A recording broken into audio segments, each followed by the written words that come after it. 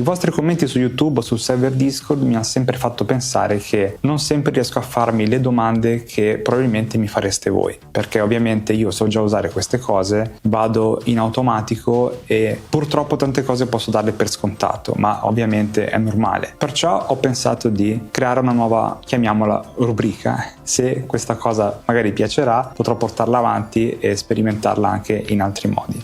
Già perché oggi non sarò da solo, ma la guida verrà fatta insieme a un'altra persona. Ciao, io sono Dan e bentornati sul canale. Come dicevo all'inizio, oggi non sarò da solo, ma questa guida verrà fatta insieme a un mio amico che si chiama Albi, ma non perdiamo altro tempo e andiamo subito a conoscerlo. E siamo qui oggi allora con Albi, che è un mio amico e l'ho convinto a spiegargli con FueUI e come funziona tutto questo. Se vuoi presentarti un minimo. Ciao a tutti, io sono Alberto, ero incuriosito da questa nuova tecnologia e non so nulla a riguardo. Confermo che non sa nulla. Faccio tutt'altro di lavoro e per questo ho chiesto aiuto a Dan per iniziare un po' a capirci qualcosa. Io ho deciso di farlo con lui questo video perché comunque si interessa al mondo informatico, mette un po' le mani anche sui computer, ma non sa esattamente nulla di queste cose, non sa di FueUI, non sa dei modelli per generare, non sa come vengono usati, non sa nulla. Zero proprio, confermo. Mi serviva questo perché avendovi fatto delle guide non sapevo esattamente che domande vi sarebbero venute in mente nella creazione di tutta la cartella, nell'elaborazione e tutto quanto, mentre avere lui che lo fa in diretta, perché qua non lo vedete ma c'è un portatile ed è collegato al mio computer dietro. Vedremo tutto da zero, partiamo dalle cose semplici e ogni volta che avrà un dubbio gli ho detto fermami e fai una domanda come se tu fossi da casa a guardare il video. Perciò partiamo subito. Vai, dimmi tutto. Come dicevo, questo è il mio computer, c'è su Windows 11, la 3090 usiamo sempre, perciò ci sono tanti giga. Avendo questa scheda bisogna sempre tener conto che ho tanti giga di VRAM e questo ti semplifica tanto la vita. Quindi non serve spendere tanti soldi per una scheda video così performante. No, in realtà serve. Okay. Ecco, questa è la prima domanda. Questa la tagliamo allora. Allora, si può ottimizzare. La parola di oggi è ottimizzare. Ok. Perché se hai tanti giga di VRAM te ne freghi, fai tutto come vuoi e non hai problemi. Se invece non hai tanti giga di VRAM, allora devi iniziare a risparmiare un po', ma in realtà anch'io comunque cerco di ottimizzare perché sennò sei sempre troppo al limite, non puoi mettere altri nodi, non puoi mettere altre cose, ma questo lo vediamo dopo. Siamo già su una pagina, su Git. Hai mai visto Git? Sai che cos'è? No. Può capitare di dover installare delle cose che non sono sul manager di FueUI o altre robe da aggiungere, da modificare, e se non l'avete su Git non potete lanciare i comandi Git. Perciò, prima cosa, download for Windows, che è proprio il primo pulsante che c'è lì. Ok, fin qua ci siamo. Scegli allora, quella 64 bit. 4. Ok, aprila pure. L'installazione di questo programma, digli di sì, è praticamente avanti. Non farti problemi, digli di sì. Next. Sì. Lo salvo qua? Sì, vai avanti. Digli di sì a tutto, vai avanti tutto così com'è, senza tanti problemi. Sì, però almeno leggere cosa sto dicendo. Però.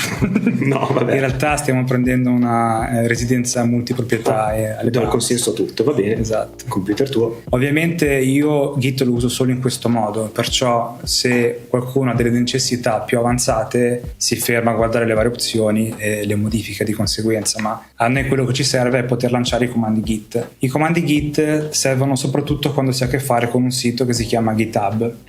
GitHub è il portale principale dove vengono messi i repository open source più famosi. Ma è un linguaggio particolare Git, quindi? E più che altro ti lancia dei comandi. Ok. No, togli la spunta che non vediamo niente. Lo lanciamo? Fai finish. No, per lanciarlo si fa in un altro modo. Allora, questo l'abbiamo fatto. Quando a te serve un progetto su GitHub come con FueUI adesso vedremo che si mette in un altro modo, però le repository solitamente si clonano. Ok. E per clonarle tu apri il prompt dei comandi. Sì. Dopodiché fai un comando git che si chiama git, proprio come è scritto lì, clone, e metti il link di una repository. Beh, fammi vedere. Fai una nuova cartella, ok, lasciala, va bene così, entraci dentro. Ora un trucco veloce per andare in questa cartella con prompt dei comandi, sai qual è? No. Vai nella barra degli indirizzi e scrivi cmd, fai invio e voilà, siamo già dentro. Ah, ok, perfetto.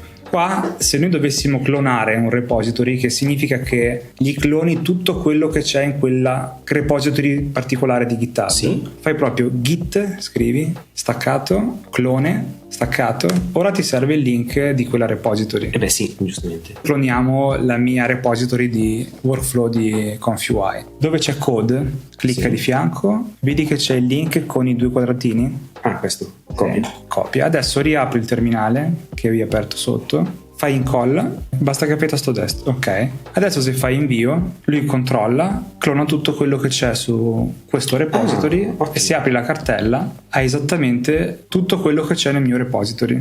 Quando tu capiti su una repository di GitHub e dici ma come si scarica questa cosa? O torna sulla pagina o c'è la release e quindi mettono lo zip, sì. Ma tanti non lo mettono lo zip e quindi devi fare il clone in questo modo. Perciò se più avanti vedremo vi servirà un nodo che non trovate sul manager ma è molto difficile, oppure qualcosa che dovete aggiungere alla cartella e serve GitHub e serve Git, questo è il sistema per clonarlo. Ok. Torna alla pagina prima, adesso scendi giù, in tutte queste pagine di GitHub hai prima il repository con tutti i file. Se scendi dipende da come fanno i readme, cioè la parte qua sotto. Qua ti fanno la spiegazione, ti fanno vedere un'anteprima, c'è il link con few example che poi possono essere utili per dopo e c'è il link a come si installa. Qua vabbè ci sono tutte le features. Sì. Scendi giù, ok, installazioni di Windows. Qua abbiamo il direct download che è quello che si può seguire direttamente. In zip me lo scarica. Esatto, qua vi spiega alcune cose, per esempio adesso che sono uscite le serie 50 delle RTX ci sono dei problemi che spiegano in un determinato thread, ma non le vediamo perché tanto io ho la 3090, però se avete problemi e cose varie c'è la sezione issue sopra dove potete vedere tutte le problematiche. Intanto clicca su direct download, ok, così mette in download, saliamo su, una volta su vedete, se non avete mai usato GitHub c'è la parte con gli issue, ci sono poi le wiki, dipende da come è stata creata la pagina, però se avete dei problemi generalmente queste 2 schede vi aiutano a capire cosa dovete fare. Solitamente se uno fa bene la pagina le cose principali le mette dentro la pagina che apre subito, cioè nel readme, o mette i link o mette già le spiegazioni. Wiki è la libreria? La wiki è proprio quello che ti spiega eventuali problemi o eventuali termini che vengono usati dentro, menu. Questa pagina qua la crei proprio tu da zero. Quello che viene scritto dentro lo fa il proprietario della pagina. È completamente personalizzato. Sì. Se ti limiti a mettere i file, chi va sulla tua pagina di GitHub vedrà solo i file. Se invece fai una cosa fatta bene, fai le varie pagine, la wiki, fai anche l'about fatto in un certo modo. Se scendi giù, poi qua hanno aggiunto tante cose, hanno messo anche gli shortcut, prova a scendere. Cosa sono i shortcut? E i tasti della tastiera che puoi usare e tutto quanto. Poi vabbè, tutti i vari tipi di installazioni, se avete Linux, se avete una scheda Radeon, se avete GPU Intel, ci sono varie versioni. Noi non vedremo tutte queste cose oggi perché ogni cosa crea un problema a modo suo. La via più semplice da seguire è avere una scheda GeForce. Se hai quella e ce l'hai abbastanza recente, con un po' di giga di VRAM, allora vai sul sicuro. CUDA so che è una specifica proprio di Nvidia.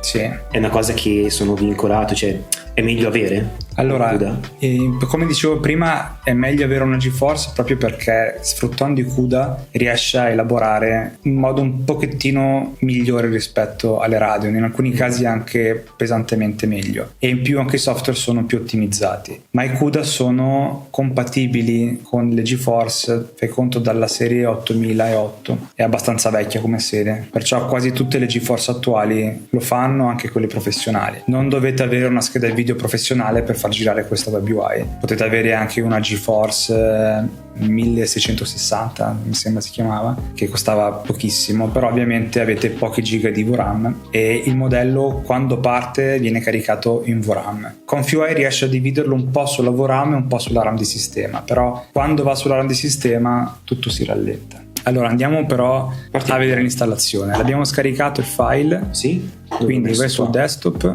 No. Allora la cartella che abbiamo fatto prima cancelliamola pure, che non ci serve più. Tastino in alto e mi elimina. Mentre quello lì che c'è a fianco fai tasto destro ed estraila qua. Allora queste cartelle hanno una particolarità di queste web UI. Hanno tantissimi file piccolini dentro, quindi quando le spostate, quando le copiate e tutto quanto ci mettono un sacco di tempo. Perciò Aspettiamo. questo è il momento per spostarla dove si vuole, nel senso che adesso ci metterà un po' a fare questa estrazione. È meglio metterla dove vi serve subito. Considerate però che ogni modello che mettete sono giga su giga che andrete a caricare. Non mettetela dove avete magari 5 giga liberi, 10 giga liberi, perché un modello da solo può pesare anche 16 giga, più i clip, più tutto quello che mettete, più il fatto che poi iniziate a prendere la mano e scarica l'ora e scarica tutto, e vi assicuro che 50 giga li superate in scioltezza. Un hard disk un po' performante può aiutare a avere così. Questa web UI non mettetela assolutamente sugli hard disk meccanici. Un M2 sarebbe proprio Sì, l'ideale. la cosa ideale è M2 NVMe, che gli date la massima velocità. Se proprio non potete, almeno un SSD, ma non mettetelo sugli hard disk, quelli a disco, braccetto, stile vinile, perché cosa fa lui quando parte? C'è proprio il nodo che fa il caricamento del modello. Lo prende dall'hard disk e lo mette nella VRAM, se ce la fa, o nella RAM dopo. Questo passaggio, se l'hard disk non è veloce, manda in palla tutto per diversi minuti, perché sono giga e giga che vengono passati. Io ho un hard disk NVMe e quindi è praticamente istantanea la cosa, ma sui vecchi hard disk ho visto alcuni che mi chiedevano e praticamente vi ammazza la generazione fare quella roba lì con un hard disk meccanico. Beh, non costa neanche tantissimo adesso comunque. No, È infatti una spesa comunque fattibile. sì, anche se uno lo fa per hobby, alla fine con 60 euro te lo prendi un hard disk NVMe anche da 250 giga, già riempite un sacco di modelli, un sacco di cose. Ma risparmia molti passaggi, molto tempo. Esatto. Allora la cartellina magari mettila al centro. Sì. Lo zip non ci serve più, cancellalo pure. Noi la lasceremo comunque sul desktop perché è una prova. Cancello? Sì. Voi a questo punto mettetela dove volete, questa cartella, dove la terrete. In realtà è portable questa installazione. Quando userò il termine installazione non si intende installazione a sistema, perché non vi farà nulla nelle cartelle di Windows, nelle cartelle dei programmi e tutto quanto. ComfyUI adesso arriverà in versione app e probabilmente sarà definitiva in versione app. Io spero di no, perché è meglio averla portable, perché io la metto dove voglio e non mi fa collegamenti. Se mi stufo cancello la cartella e tutto. La versione app invece vi crea delle cartelle dentro determinati percorsi DC e secondo me non ha senso, non ha almeno la libertà di avere un programma che non va a collegarsi con le altre cartelle, secondo me è molto più... Ah, quindi non lo trovo dentro ai programmi con le applicazioni? No, poi vedremo come fare un collegamento per farla partire. E se collego un dispositivo a USB e lo trasferisco su un altro... Sì, l'unica cosa è che teoricamente sì, possono presentarsi dei problemi se è stata spostata dopo. Quindi anche quando scarico l'installazione, chiamiamola così, Se la metti già direttamente su una disk esterno fai prima. Ah, ok. Così almeno si è settata su quell'hard disk. Ma essendo portable non dovrebbe dar E problemi. non sto a cercare la versione per Windows, per Apple, per... ComfyUI è uguale, poi come l'avvii capisce lei cosa stai facendo. Ok. E ovviamente noi adesso avvieremo il BAT, ma se sei su altri sistemi avvii altri file per farlo installare. Ok, in questo caso abbiamo una cosa da fare e basta, cioè o run CPU o run Nvidia GPU, perché loro di base già vi fanno la divisione fra CPU e scheda video Nvidia, come dicevo prima. Se invece non avete questo hardware, o almeno non avete una scheda video Nvidia, dovete seguire gli altri passaggi sulla pagina di GitHub, che non vediamo oggi perché vedere tutte le possibili installazioni diventa complesso, però io l'ho usata anche su Mac, le prestazioni sono pessime però si riesce. Ok, questo passaggio ci metterà poco perché in realtà lo zip che avete scaricato ha già dentro tutto quello che gli serve, al contrario delle altre installazioni passate dove scaricava tantissima roba. Abbiamo già i PyTorch 2.6.0 CU126 e ComfyUI alla 0, 3 e 14. Quindi cosa vuol dire? Che noi abbiamo i PyTorch che sono parte delle librerie che usa per elaborare all'ultima versione stabile, diciamo, che sono i 2.6.0. Il CU126 è da interpretare come CUDA. Okay. I CUDA alla versione 12.6, che sono gli ultimi stabili, se non ricordo male, forse c'è il 12.8.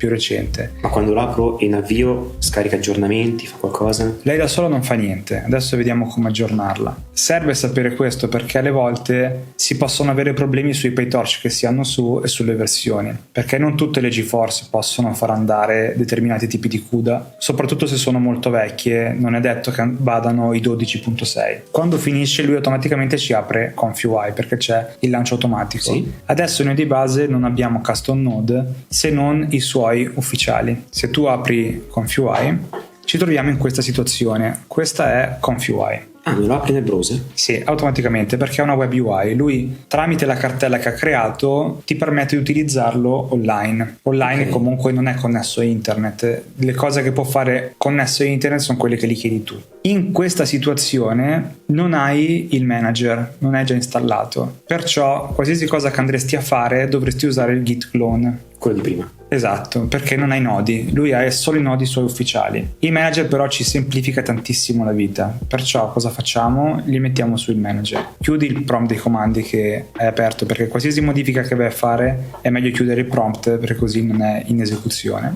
Ma i nodi cosa servono alla fine? Non ho capito. I nodi adesso vediamo nel workflow che andremo a fare. Ok, questa è la pagina del manager di ConfUI. È un nodo che in realtà verrà implementato dentro. Pensavo fosse già implementato anche in questa versione, però si vede che non lo mettono ancora dentro, forse nell'app è già implementato, e ci serve per farci da tramite per installare i nodi dopo e per fare anche tante altre cose, per fare gli update, per fare quello che volete. Fai sempre code, copia il link, vai nella cartella di ConfUI, entra nella prima ConfUI, vai su Custom Nodes, adesso nella barra in alto scrivi ancora CMD. vai, e voilà, siamo ancora sul prompt. Adesso il comando di prima te lo ricordi? Git spazio, cos'era? Devi clonare, quindi Clone. clone. Adesso Spazio. fai solo tasto destro col mouse. Wow. Molto più semplice. E i trucchi te li dico dopo, sì. se no è come impari. Invio? Vai.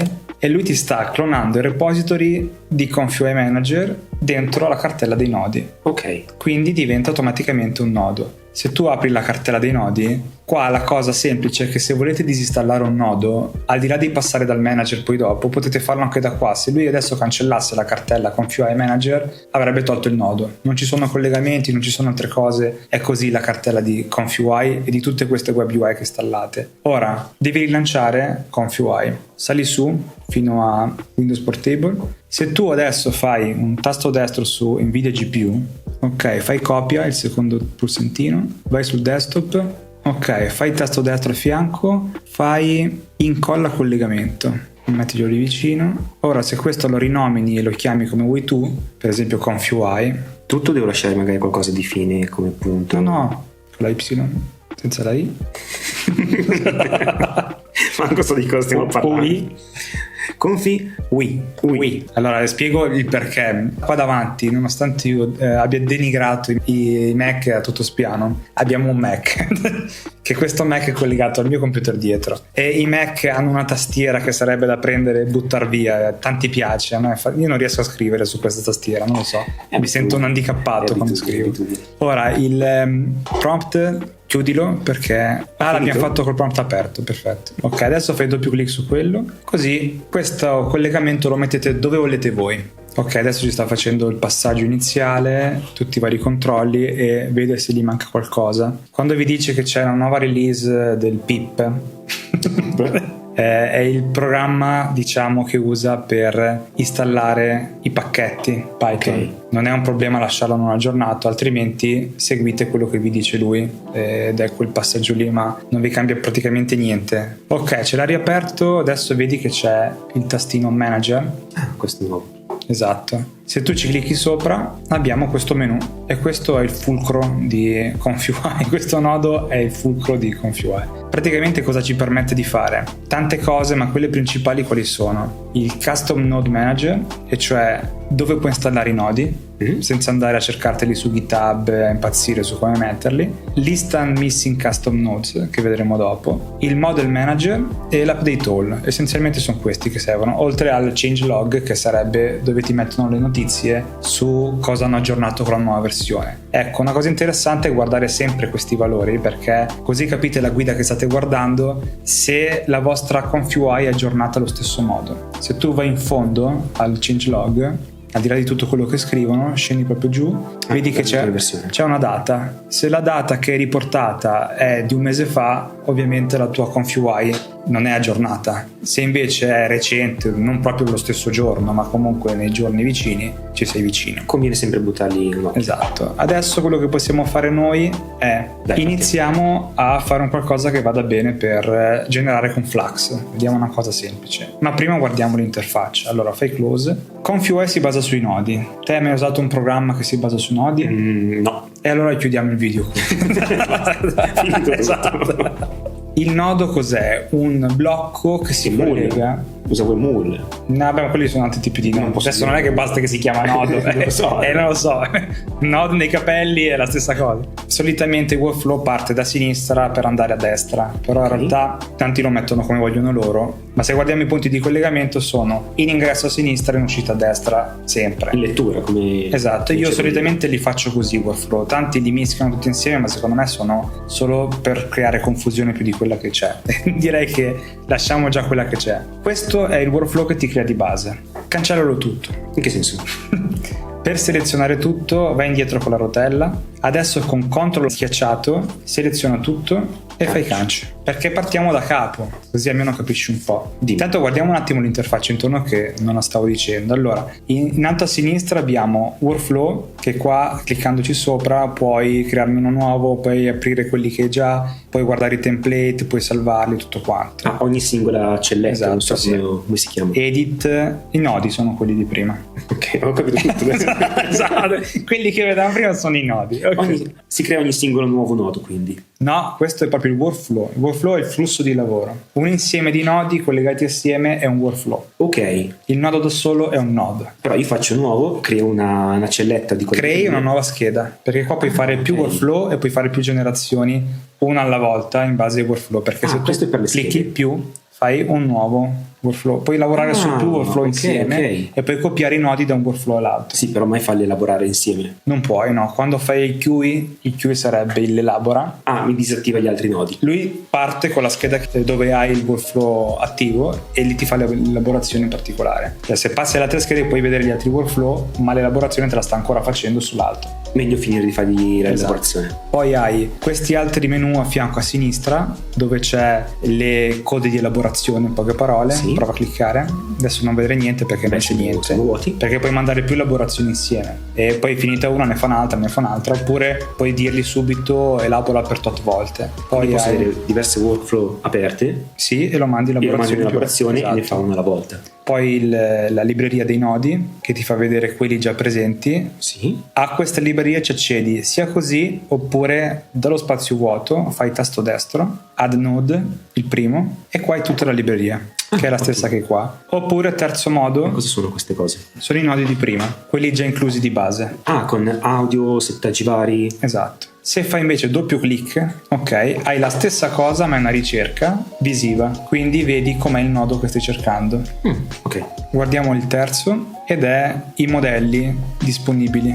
Se tu provi a aprire vai, adesso non c'è niente perché lui pesca dalla tua cartella. Il quarto sono i workflow che tu hai salvato nella tua galleria, perché adesso permette di salvarli all'interno oppure esportarli. Io preferisco esportarli, ma se vuoi puoi salvarti dentro e te li trovi sempre lì. In che file vengono salvati questi? .json. Ok. Che non è esclusivo di ConfUI, tanti programmi usano il .json, quindi sono in realtà un file già conosciuto da molti se lavori con queste cose. Quindi mi genera un'immagine e poi la devo pulire, perfezionare, fare qualcosa con altri programmi? Allora, quando hai finito il workflow ti genera il file in base al modello che stai usando. Se nel caso è un'immagine, sì. I PNG che genera hanno già i metadati dentro. Se tu prendi un'immagine generata, la butti dentro, ti ricrea il workflow.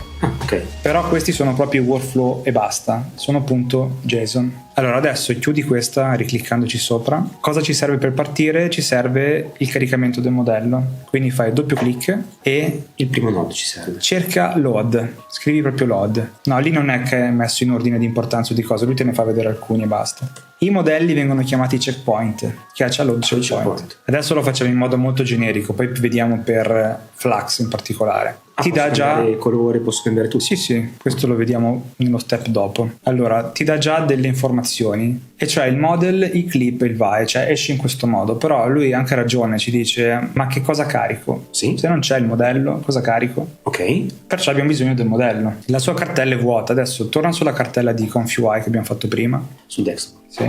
Questo lo chiudo? No, questo deve rimanere sempre aperto. Se tu chiudi il prompt dei comandi di ConfUI non genera più.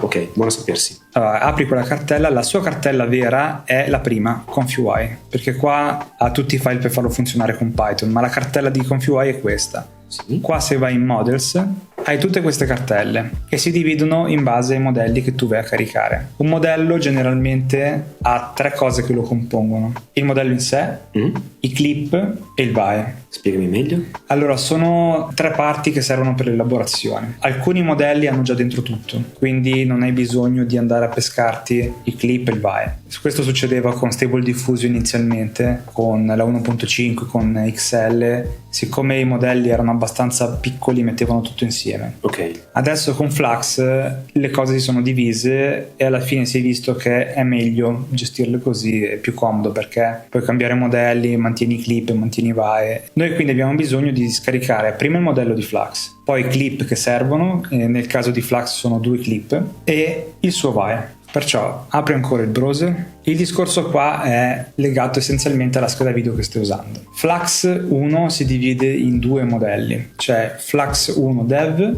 e Flux 1 Snell. Ne hanno fatti 2 perché lo Snell è come se fosse un turbo, cioè puoi mettere meno step, che vediamo dopo, è più veloce, occupa meno VRAM, ma ti dà risultati così. Meno elaborati. Esatto. Alla fine tutti usano il dev perché sono usciti dei modelli più ottimizzati che ti permettono di usare il dev senza caricare tutti quei giga. Perché se tu apri un sito in particolare, qua siamo sulla pagina di Flux 1 su Hugging Face, fatta dai Black Forest Labs, che sono quelli che hanno creato Flux. Hugging Face, tu hai idea che cos'è? No. Allora, Hugging Face è il lab principale dove vengono pubblicate tutte le cose più importanti dell'intelligenza artificiale. Se uno le pubblica e le presenta, finiscono su Hugging Face. Ma sono comunque collodate, performanti? Sono i modelli disponibili che tu puoi scaricare, il più delle volte. Ma sono verificati? Sì, allora, c'è tanta roba che non è sicura anche su Hugging Face, però le cose famose solitamente sono controllate. Infatti una volta i modelli erano .ckpt, se non ricordo male, sono diventati .safetensor, perché adesso con questo sistema non dovrebbe darti possibilità di avviare codice malevolo, sono più controllati. Vado un po' più tranquillo. Sì. ConfUI comunque in generale è da usare con le pinze, perché quando tu fai un'elaborazione con ConfUI gli dai libero accesso al tuo computer di usare Python. Questo significa che non è un mezzo per distruggere il pianeta, ma che se aggiungi un nodo che non si sa da dove arriva e tu l'hai trovato per caso su Reddit, te l'ha passato uno, non sai cos'è, magari a livello grafico ti dice che un nodo che sta aggiungendo della filigrana, sì, in realtà sta facendo cosa al tuo computer sotto. Meglio andare sempre su fonti attendibili. Esatto. Meglio conoscere chi pubblica i nodi, meglio sapere quanti li usano, se qualcuno ha segnalato qualcosa in particolare. Diciamo che gli sviluppatori più famosi si conoscono, ce ne sono già tanti di nodi inclusi dentro in ConfUI, e la cosa ideale è che se trovi un workflow di qualcuno già fatto è meglio analizzarlo e rifarlo il più delle volte, più che buttarlo dentro e... Ma è così facile fare un nodo nuovo? Si no. può fare? Ok. Non è se lo vuoi programmare tu è una cosa, ma se devi aggiungerlo no, quello è quello che abbiamo fatto prima, ma programmarlo devi sapere Python e devi sapere anche legato a questi argomenti. Si chiude qui allora la prima parte del video e ci vediamo allora alla successiva nella prossima parte del video. Ricordatevi di iscrivervi, così almeno seguite anche i post che metto ogni tanto sulla parte blog, ma ricordate sempre che c'è il server Discord dove questi argomenti possiamo trattarli in modo più avanzato, ci sono tanti canali con vari argomenti. Se volete supportatemi su Patreon in modo da far crescere questo canale, magari fare sempre più video nuovi e diversi come quello di oggi, e ci vediamo allora alla prossima guida. Ciao!